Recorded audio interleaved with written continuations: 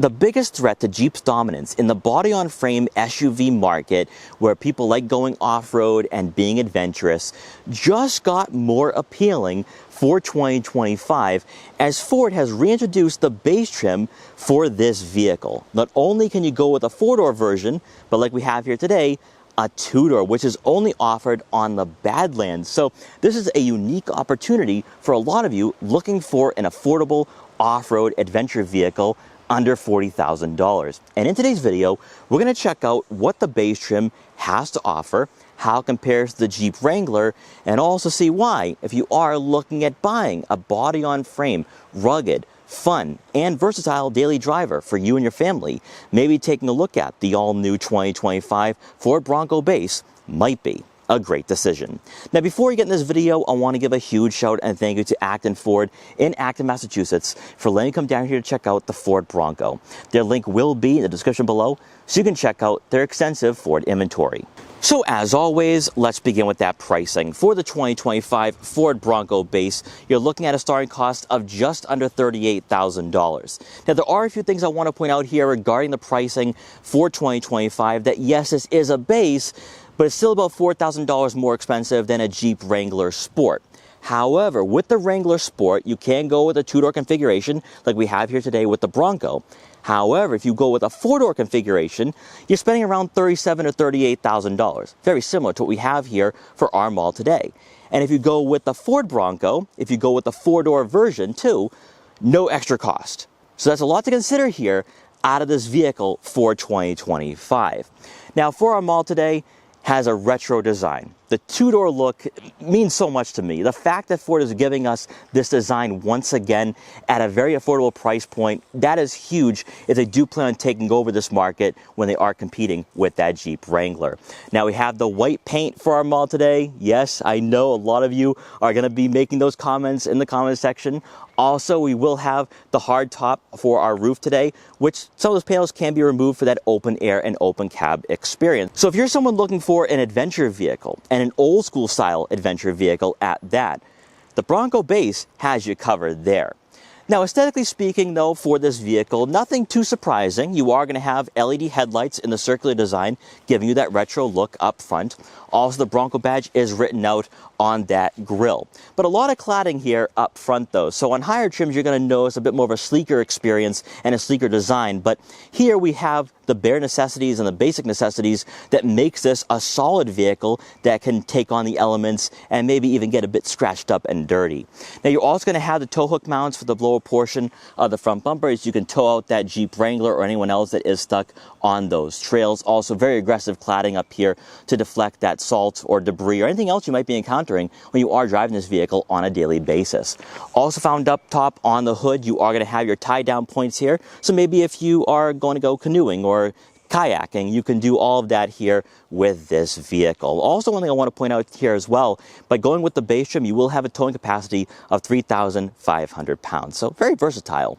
Then as you make your way over the side profile, we have the steel wheels. That is right, the Steelies. However, you can go with the Sasquatch package that is available for the base trim for 2025.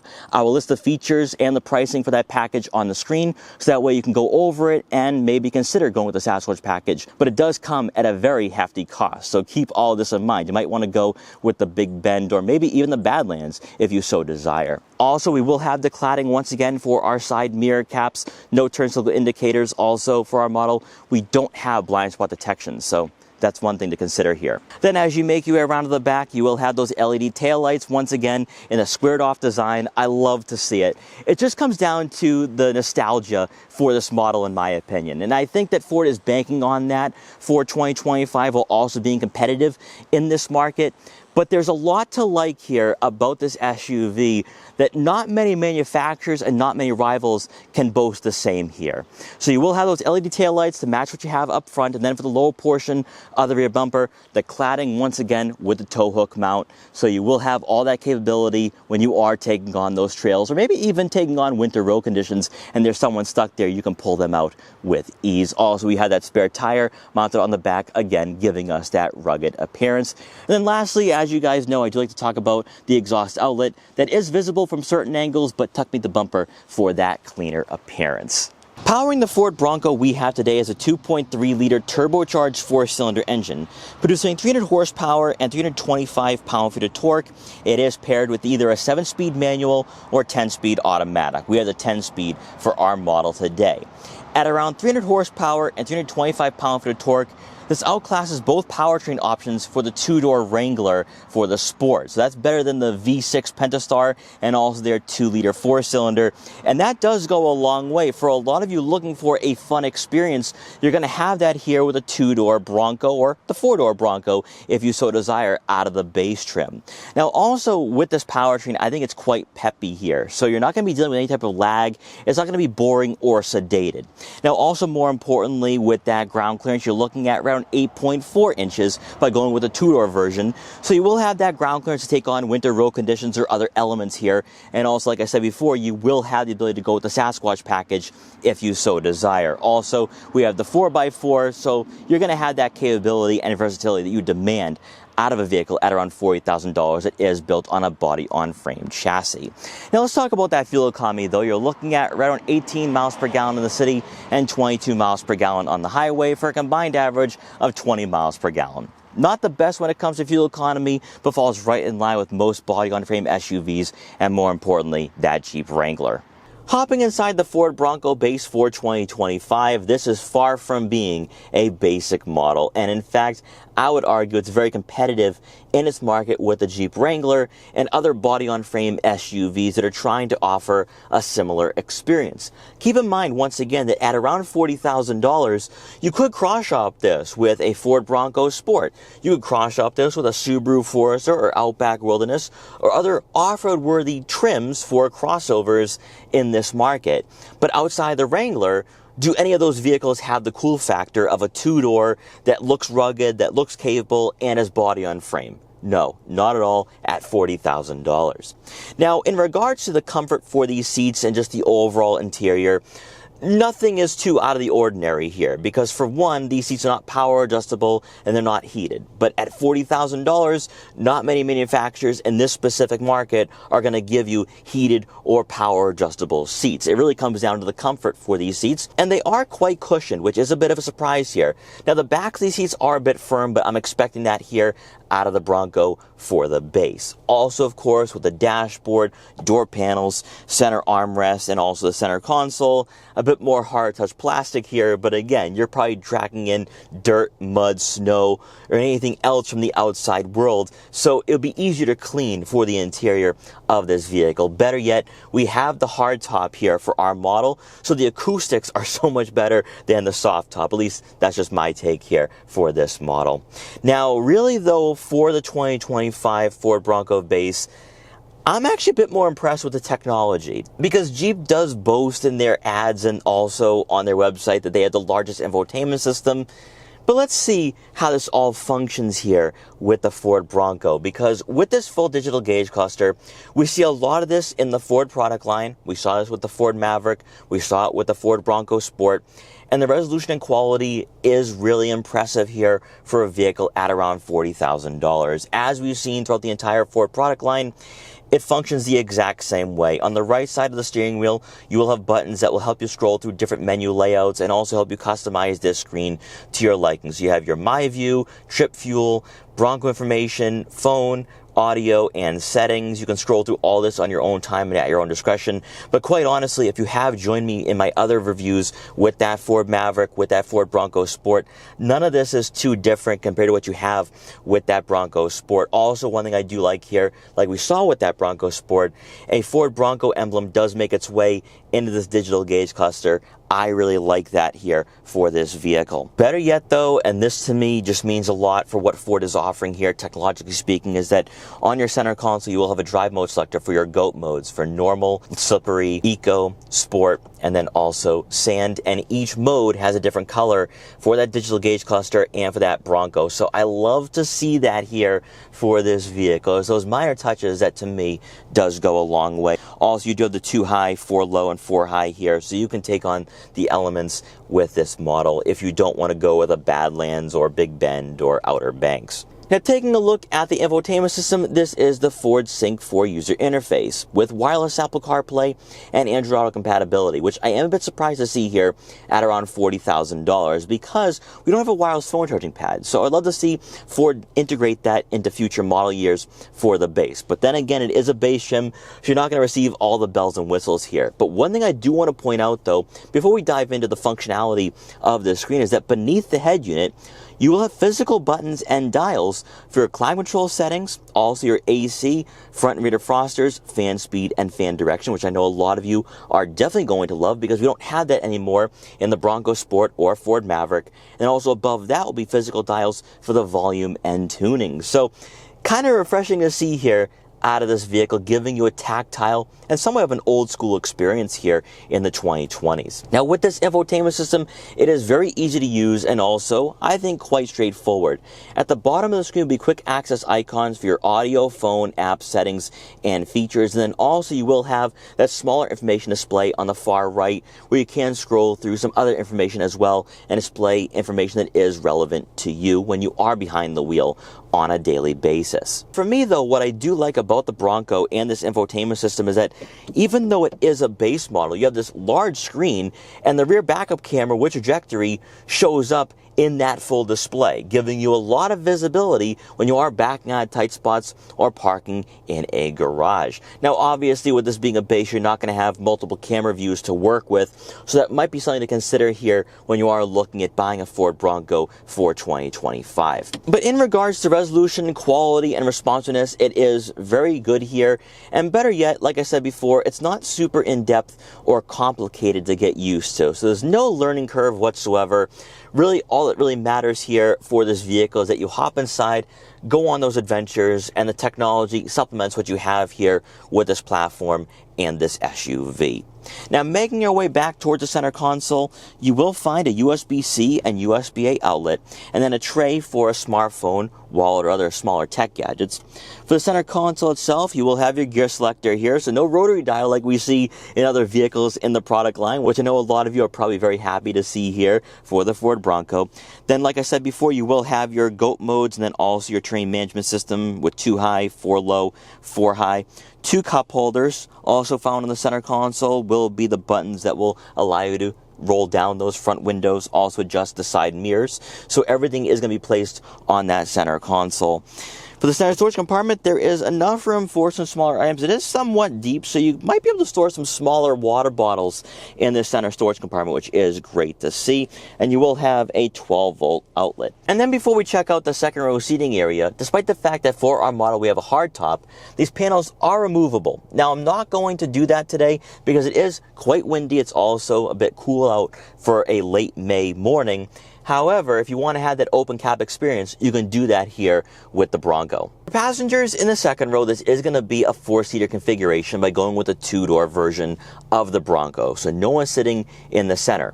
However, legroom-wise is actually quite impressive. You're looking at right on 35 inches of legroom, and that's more than doable. A lot of subcompacts are below that, so if you have taller passengers or even some smaller kids, everyone will be joining in on that adventure. And if you really think about it, up until the last 25 years, 2-door Broncos or 2-door SUVs were not uncommon. It worked for people from the 1940s all the way to the 2000s, and all of a sudden now everyone wants larger SUVs.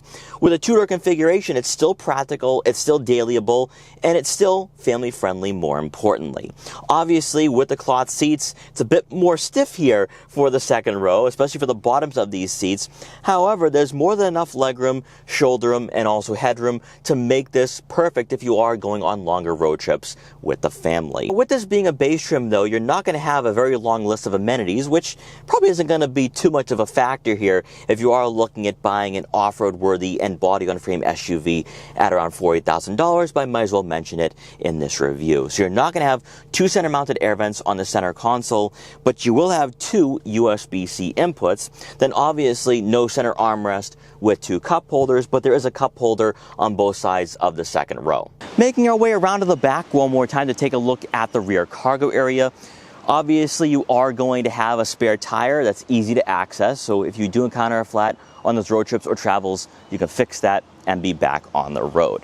Now obviously with this being a body-on-frame SUV and also wearing the Bronco badge, you will have a tailgate here, and like we saw with the Bronco Sport, the rear window does open up independently, giving you wider access to the cargo area behind the second row.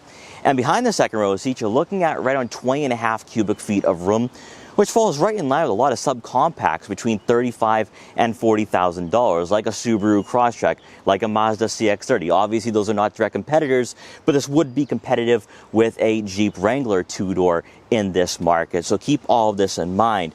Now, also, 20.5 cubic feet of room is more than enough for daily commutes and also what I carried today, which is 3 bags of camera gear, a gimbal box, and a tripod. So this is suitable for my lifestyle at least. And if you have a smaller family or you don't have kids, this might be the way to go if you are looking at buying a Bronco in 2025. With the second row seats folded, you're looking at right on 52 cubic feet of room. Again, very dailyable, very practical. So like we talked about with the second row seating area, this SUV is quite versatile in more ways than one.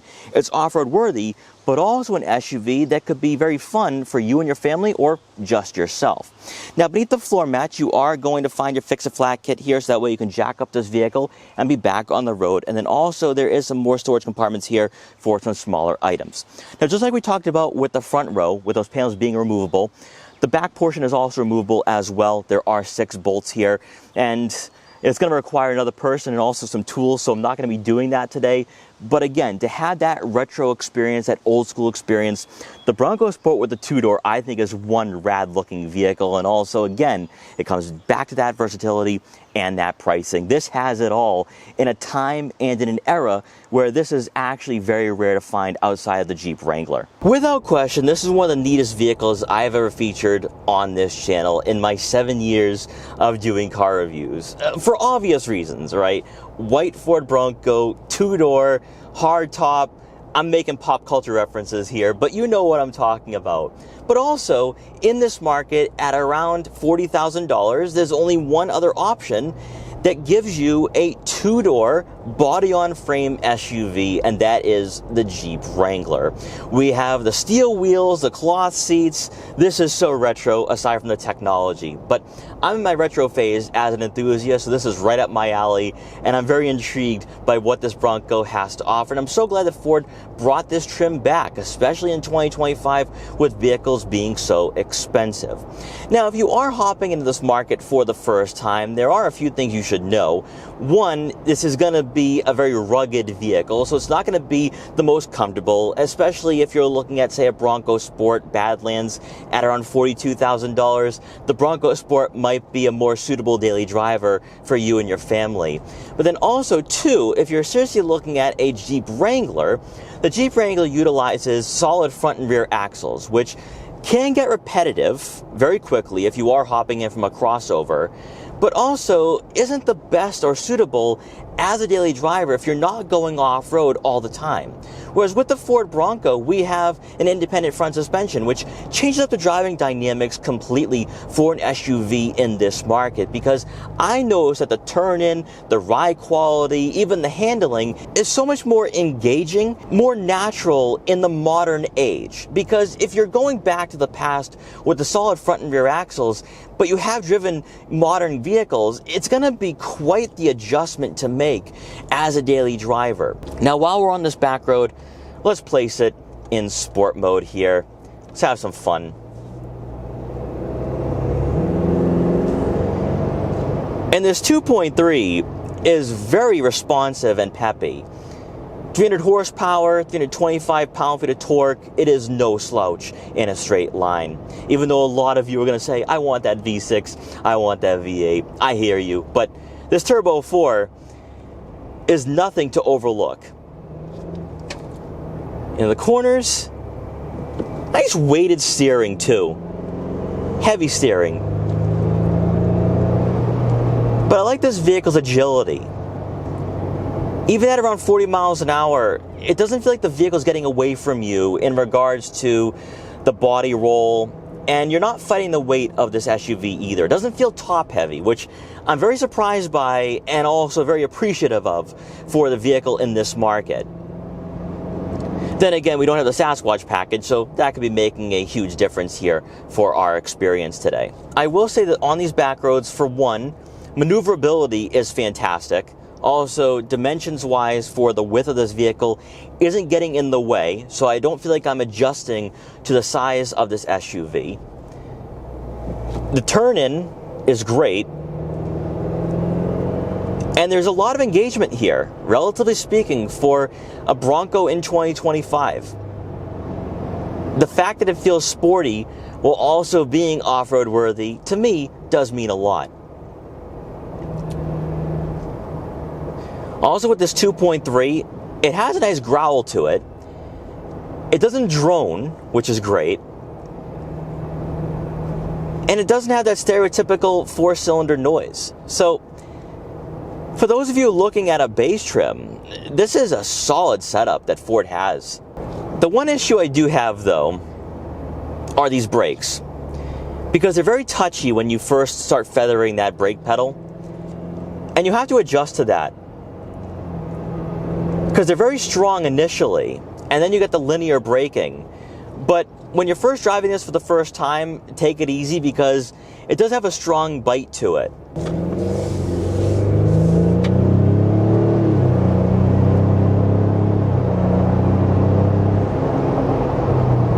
See, it has that nice growl, which is very satisfying when you're on throttle. And getting back to that 10-speed automatic, the gear shifts are really nice here. So it does feel quite dialed in. And now I know some of you, like myself, would prefer a 7-speed manual, which surprisingly is standard for 2025. How many times can you say that in the automotive market right now, where the manual is the standard option? But overall, a very solid model in 2025 for $40,000. You can have a lot of fun here for $40,000. And the question comes down to in the Ford lineup, do you go with a Bronco Sport or do you go with a Bronco? And I think you go with the Bronco. That's just my take, because with the Bronco Sport, I think the Big Bend is the way to go. You're spending, I think, about $35,000 with optional packages. Whereas with the Badlands, you're spending around $42,000. And it does feel somewhat body on frame in the Badlands configuration. But to have an authentic body-on-frame experience, you had the Bronco Base, which I really like. Sure, you're missing out on creature comforts and amenities, but if you're a simpleton like myself, especially right now, with more of this retro design and retro experience, I think a base Bronco is providing more than enough here. Now, I would like to see heated seats, but aside from that, I'm not really demanding anything else from this vehicle. It's an experience. It's more about the adventure and the overall ownership experience out of the base Bronco, more so than the creature comforts, the amenities, and having a vehicle that feels, I don't want to say luxurious, because you're not going to have a luxurious experience out of a body-on-frame SUV like this, but you know what I'm saying here, where you have more of a comfortable experience, you have a status symbol. This is hardly a status symbol. This is a vehicle designed to take on the Jeep Wrangler. This is designed to get muddy, get dirty, and to experience the outdoors. And that's why Ford has been very successful here with the Bronco, taking market share away from Jeep. So guys, I hope you enjoyed this quick review for the 2025 Ford Bronco Base. If you did, please like, comment, share, and subscribe for more, and I will see you guys next time.